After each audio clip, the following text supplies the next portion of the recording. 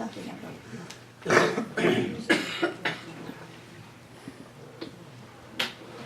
No, I'm not the Dorothy that Kevin was talking about. I think that was Annette's sister. Yes. I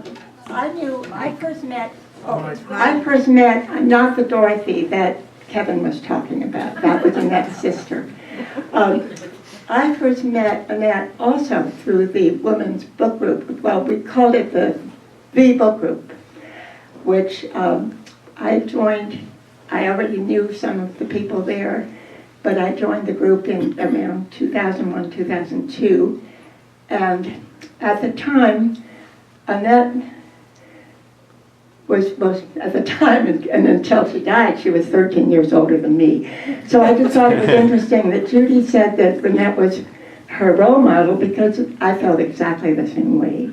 And there's so many things that David said that I felt, everybody who was her friend felt that they were special to her. And I didn't spend a lot of time with her, but it always was quality time because of her honesty, her forthrightness, and her just being au courant. But I have a little story that I wrote about her for her 95th birthday. And I'm not going to read the whole thing, but I want to read a couple of excerpts from it. I really didn't get to know Annette until a few of us in the book group decided to get together to decide whether to support a controversial proposal for a senior retirement community known at that time as Woodland Pond. At the time, Woodland Pond was in the early planning stages, really a more fluid concept than a concrete proposal. And there was already strong opposition from a group of local residents who called themselves environmentalists, and a new young mayor elected on an environmental platform, and Woodland Pond could only move forward without their cooperation.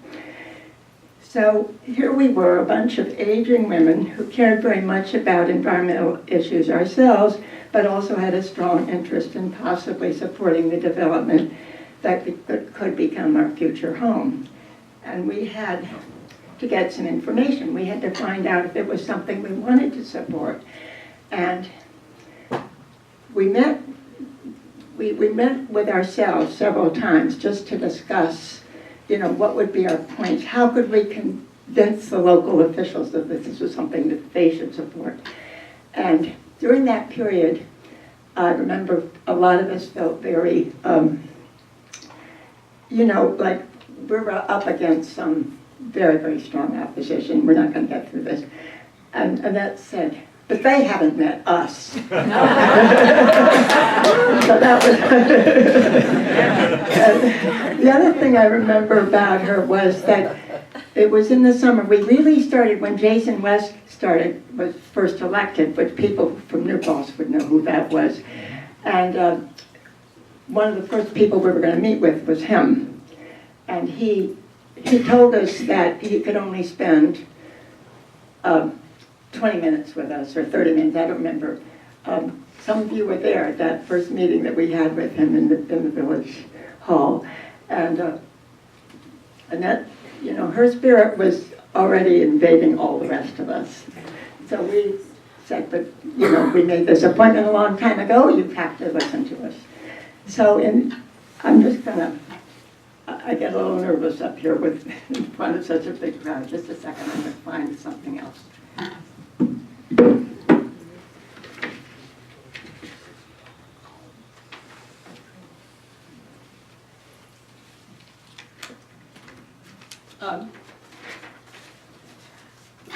I wanted to mention that that group became very important in Woodland Pond eventually.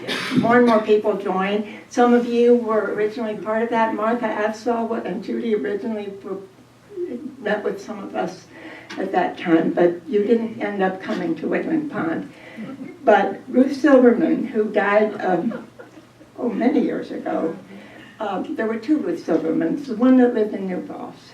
She was very important. Annette was super important. There were certain people who were just core to that group. And I have to say that I really feel that I would have come to Woodland Pond if it hadn't been for them just encouraging me to speak out and make it happen together. And we enlarged the group. There are many others of you that joined the group later on, but she was so important in that. And then later in life, she did say to us many, many times how happy she was to be here. I remember when we first moved in October 2009, she moved in just a couple of weeks after I did. And being blind with the carpeting we have in independent living, it was very hard to know where you were. I couldn't see clearly, and there weren't even signs on the walls which she couldn't have read. And she would get lost, and she would say she was so frustrated. But within a few weeks, she was starting to say she loved it. And when she was in assisted living, before she moved to assisted living, she said she didn't want to go there, remember? But when she got there, she said, you know, I love it here. The people are so kind. They're so wonderful. I really love it. But it's time to die. You know, I don't want to go on living. There's not much to live for. So she was a wonderful role model for us of how to go forward and age gracefully and with courage. And honestly, complain, best, she was never short of complaints. But she always said the good things, so you knew they were true.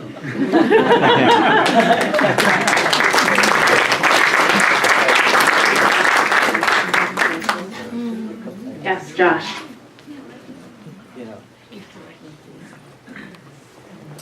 Hi, I'm Josh. I basically grew up at Chates. My parents were very close with Annette and Max. Laura, Lisa, and I have been friends for our whole lives. So your father's name, people. Yes, I was about to say that my father, Julie Sippen, was here until he died 4 years ago. Yes, oh, Julie, yeah. His son. You were part of the family.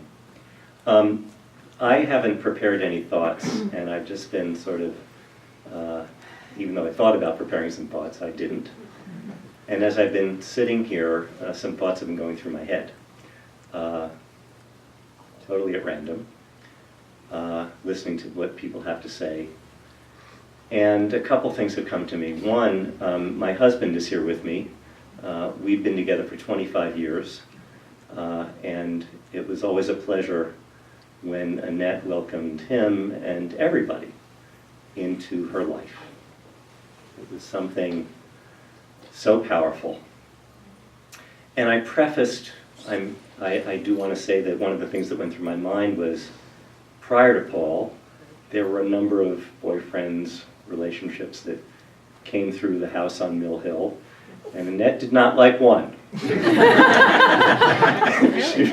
None of the family did, and I learned they were all right.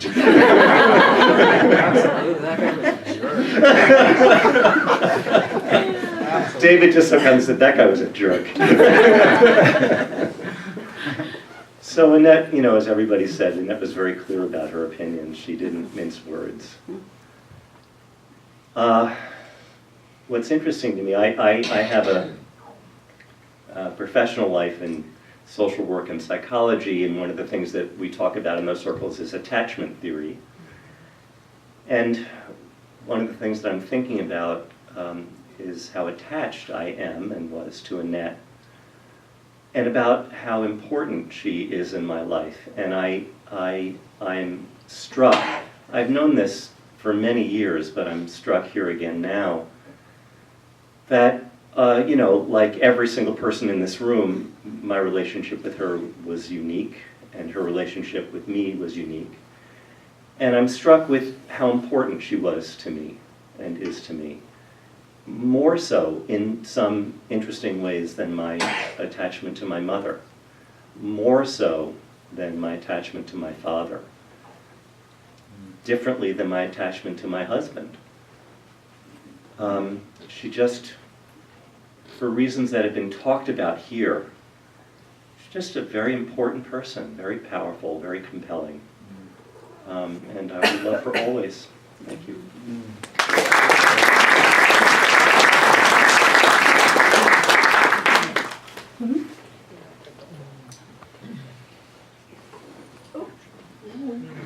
Isadora Duncan.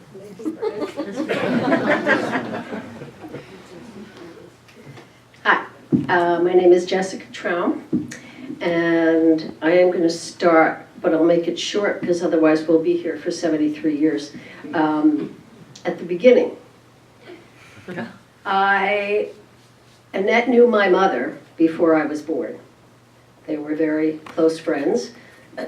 Excuse me. And I was speaking to my uncle last night, who is 94 and lives in Monroe. And he said, you know, I was a busboy at Chates when I was 15. And I'm like, this is the first I'm hearing of this now? And he was born in 1924.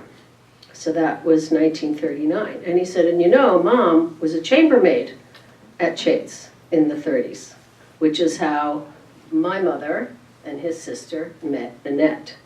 So my father, Samuel Traum, my mother, Edith Traum, are very well-known names within the Chates community for both good and the challenging parts as well. Just ask Max. And but my memories go back so far that there's only a handful of people in this room who would even know the places that I speak of. For example, my sister Irene, more commonly known as Renee Traum, and now Irene Gold, we used to go up to the barn at Chates, and this was probably in the 50s, and we'd pick out our favorite cow, because we always had to have a favorite cow. And we'd sit and we'd watch them munch, and we'd watch them do all this stuff. So the barn became a sort of haven for a group of us who would go up and do that. And that may have even been before you were born, Lisa. It just goes back, the little flits of memories that I'll just throw out there for those who can relate to them. What we called the music room was where we gathered in the evening before the hotel was built, and the main house was there, and Sasha and Sarah Chait were still alive.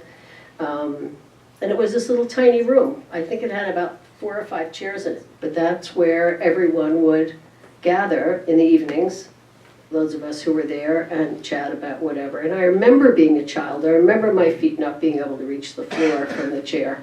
So I know it was a long time ago.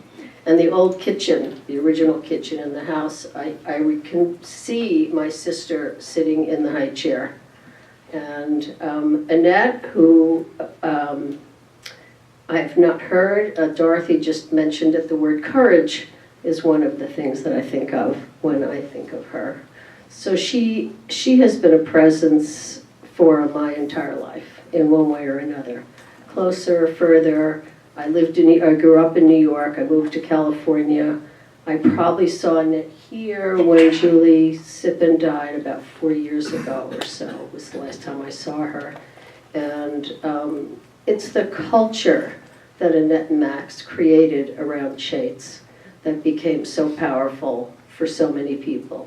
The values it represented, the people it brought in and welcomed in, the mixed race couples in the 50s that certainly weren't going to Grossinger's, and it's a culture that has impacted my life and my own values, and certainly knowing all of those things and the images of sledding down the hill towards the lake, which wasn't really a lake, but it was a pond, but we called it a lake, and the old clay tennis courts, and my uncle's stories about the waitress he worked with who insisted on tripping him on the way to the tip jar so that she would get there first, and the crazy cook in the kitchen, and boy, there's just so many. Which one? Well, he didn't remember her name. He only remembered unpleasant things that she did to the food, which I won't repeat. There's just too many, but as everyone has said here today, and I don't want to keep you longer, what a special, incredible human being she was. And when my mother was dying, which was in '99, she had terrible dementia, and she was physically very, very disabled. And even some of her close friends stopped coming around because it was too painful to see her. But Annette would come from Accord, she would come down to Great Neck, New York to see my mom. And that was a very special testament, I think, to the love that they had developed and shared over so many years. So hail to the past and the present, the future. And Annette will travel with us, I'm sure, wherever we are.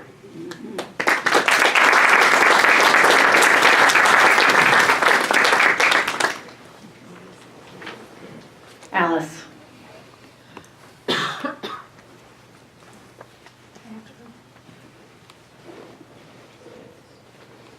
I'm Alice Cross. Our family and the Finestones lived in Accord, which is not a very big place for, well, my husband all his life, and Annette all her life, almost all her life.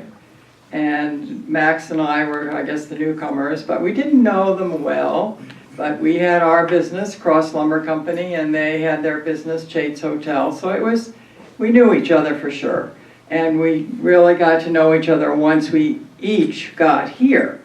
So that was a special thing. But in 2004, even before that, there is an historical society in the town of Rochester.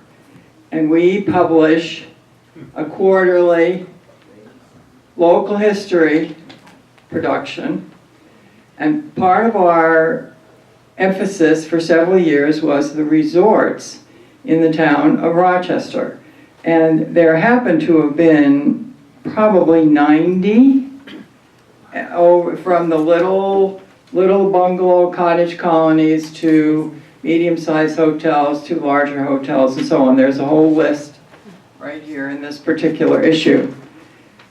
So without knowing Max, I mean, I knew who they were, but not really personally, I went to the house, which has been mentioned as a fabulous place, to ask if we could feature Chate's Hotel in an upcoming issue of this.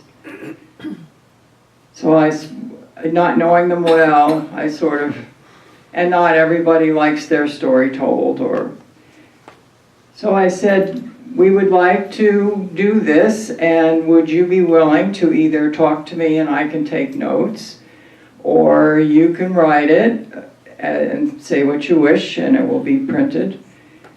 And Max said, oh sure, we can put something together, no problem.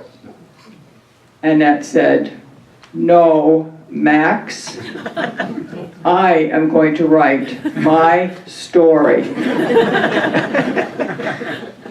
And Lisa just said that she had meant to bring this. The picture right here is Annette at 2 or 3 with that wonderful car in the background. I noticed it up here in the series. And there's a picture of her parents that have been mentioned. This starts back with them coming from New York because of her father's health, she said. So she starts way back in her roots and the first farm and the disasters that were there, starting over, that's another heading here. Then she talks about the second farm that they had and the help that he got from the Jewish something or other agricultural council. And then the fact that they had to have, which a lot of people in our area did, the farmers, they had to have additional income, so they took in boarders. Often the families would live in the barn during the summer and the boarders would come and live in the house. She says the original people were Russians, and there was a wonderful Russian culture, and the various people have mentioned how there were remarkable people who came there as their guests, and then how it evolved into the hotel. And there's a couple of them. Here's the main room of the biggest part of the hotel once it had gotten up to the modern setting. But I felt that this was very, very special, and after I got, and looking back now, in fact, maybe Annette talked to me last night because I woke up having this dream that I needed to share this with you, and with her story, that she said she was going to write her story.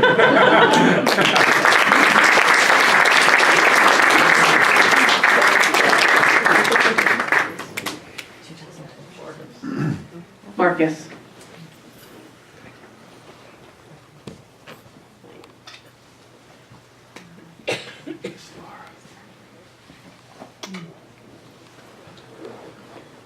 totally unprepared. It's the way I normally do things. My name is Marcus. We go back, I think, half of a century, just about. And without Max, and especially Annette, the moral compass that I have in me now would, who knows what I would have been or if I'd even been alive. That's how important. And everybody here has said pretty much that. And I'm going to just say ditto, ditto, ditto, with all the love. And two little quick pieces. Annette and Max and I were traveling a lot many years ago. We still are. I am. I'm sure she is. And we sat through each other's slideshows without falling asleep. Well, Max did. Needless to say, we never edited. Every picture was important. But something Kevin was saying about the fact that you should just remember parts of your life with Annette, with Max. Because I started to do it, and then I realized it was going by like I was dying, and your whole life was flashing. Just that segment of it. So I'll probably have to live to 100 to see how it ends. I love you dearly.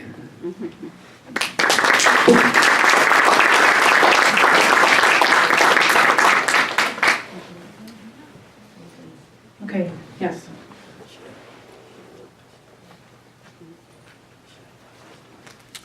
Thank you.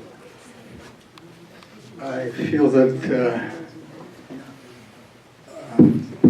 I must speak here because me and my wife have a very unique and continuing connection with Annette and Max. We are living in a house they used to live. We met Annette momentarily maybe 4 years ago here, and contribution to her far long view and wiseness. First she said to us, "Welcome to your next house."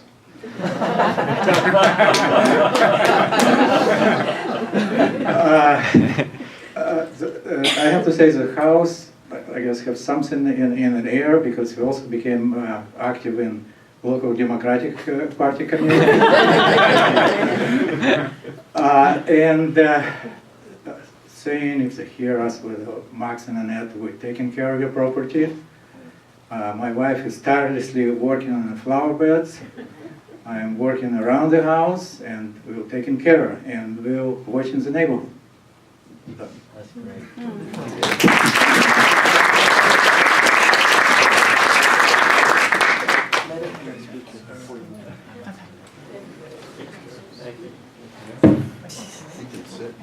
No. No, you can. Okay. I give him permission. I don't know if I can do this. I wasn't going to do this because I didn't know if I could do this. You can do it, Vic. I can do it. It's interesting because, of course, everybody is talking about Annette in terms of her accomplishments and her wonderful attitude towards life. And so there's nothing I can say about that. My experience with Annette has lasted 73 plus years. And she was simply a presence in my life, a presence in my brother's life. Chates, from my grandparents to Max and Annette. I spent probably as much time working at Chates as I did living at home. How do you describe something like that? How do you describe the impact that that has when you don't really feel the impact? It's simply become part of your life. So, losing Annette is akin to losing my father, is akin to losing Sasha and Sarah. It's simply beyond description for me, but I feel it. And I also feel that because of Chase, because of Annette, because of Max, because of the whole family history, this is something that will carry me through the rest of my life. There is barely a day that goes by without thinking about events that have happened here. And there are many stories I could tell you about my interactions with Annette, but you're never going to hear them. They were unique. Annette was unique. I don't think there's a person in this room that can say that she hasn't affected them in some very positive fashion. And for me, it's simply, I don't know, there's a good word for it, but I can't think of it right now. It's just, it's beyond consciousness. It's just part of me. And what better gift, I think.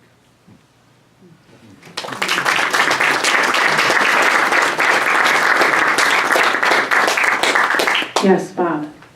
Bob, would you like to just stay there, or do you want to? Stay right here. Okay. Okay, I'm Bob Carlson. I was probably one of the first people to meet Annette. In fact, the day we came in, I met Annette in the hallway. She was coming along in a wheelchair, and I said, "Hello, Annette." And she looked at me, and because I wasn't aware of her vision at the time. But in any case, she said, "Who are you? Who are you?" I told her, "Well, I'm Bob." So, next time I met her, I said, "Hello there, Annette." She said, "Oh, hello, Bob." But she had a good memory for voices, too. So she knew my voice all the way through. Also, we didn't have any in the dining room at the time. So when I came down for a meal, well, Annette was having her dinner, and I saw a little glass there. I knew on the premises here, you only drink beer and wine. So I see that little bottle. "What do you got there?" "Oh, it's my bourbon." So, yeah. And I found out she had that little glass of bourbon every single night. Wow, that's pretty good. But then to take the bourbon story a little further, this involves Kevin Kill. So, because Annette was in the hospital 2-3 years ago, and she was recuperating, and then when she came, before she came home, Kevin had brought in a nice bouquet of flowers. "Oh, that's beautiful, bouquet." So anyhow, they brought the flowers in, and Annette got them, and then she looked in there, and there, smack dab in the middle of the bouquet, was a bottle of bourbon.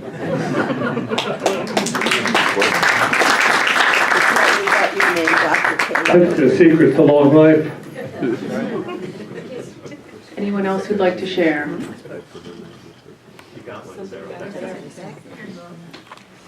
Mary.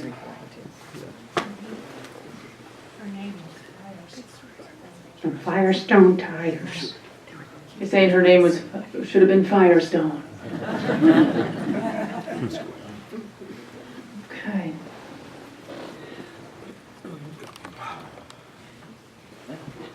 Hi, me again. I can't resist one last story.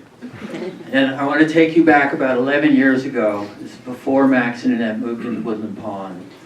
She would have been 91. He was 86.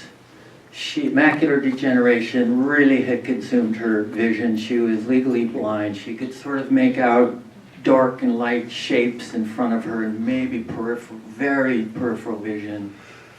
Max is pretty bent over and not great balance, using a walker all the time. Needless to say, their years of travel around the world were long over. So one evening, Lisa and I are up in Gloucester, Massachusetts with some friends out to dinner, and we were planning a trip to Nicaragua. And these people had been there recently, our friends, so we were sort of picking their brains and talking about where to go and how things are down there and so on. And after the first martini, I thought, this is going to be a really good trip. But after the second martini, I thought this is going to be the greatest trip of all time. This is just going to be amazing. So as we left the restaurant, I was a pretty happy guy. And we're out getting towards the car, and Lisa decides that she wanted to go back in and use the restroom. And to this day, I don't know why I did this, where it came from, but nevertheless, I instantly called Annette. And I said, Annette, we're going to Nicaragua, you want to go? And before I could finish the word, emphatically, decisively, yes. And you couldn't fit a playing card between my word, want to go, and her answer. And then there was sort of a moment of silence, and I think both of us were sort of taken aback. What just happened here? And then I recovered. I said, all right, let's do this. 91, blind, Max, frail. So Lisa comes out of the restaurant, and I say, guess what, honey?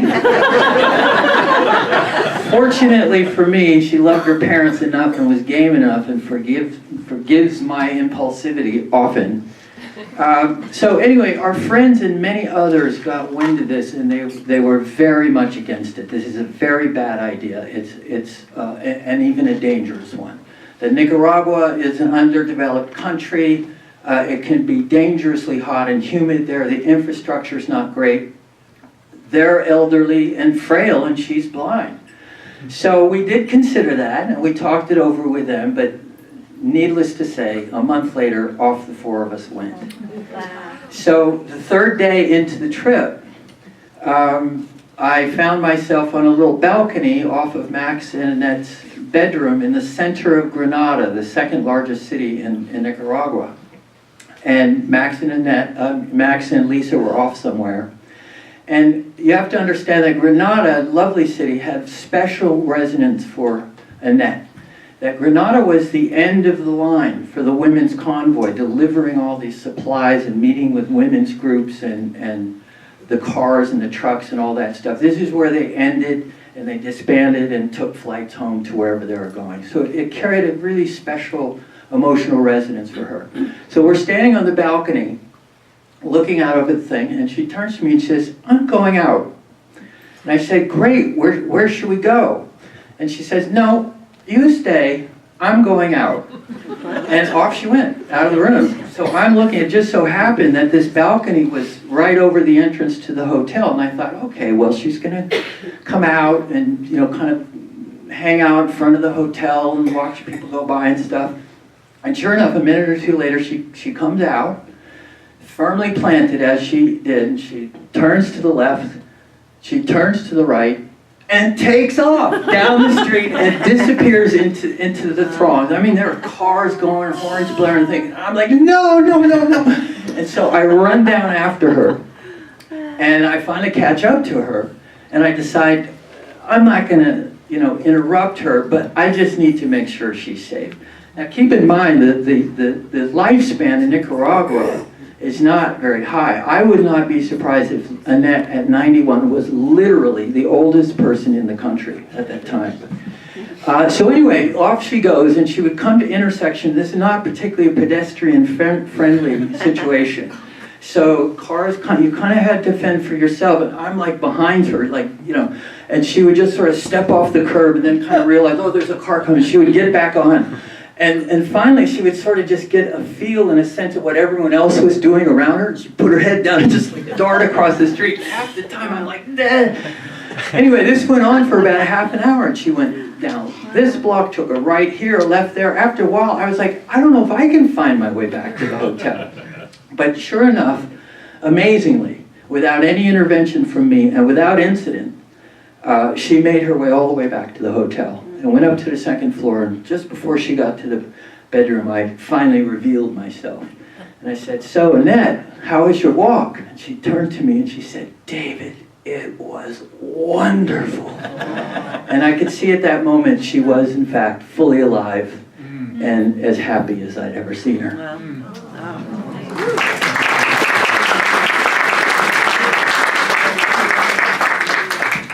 So we'd like to thank all of you for joining us here today for a celebration of our mother.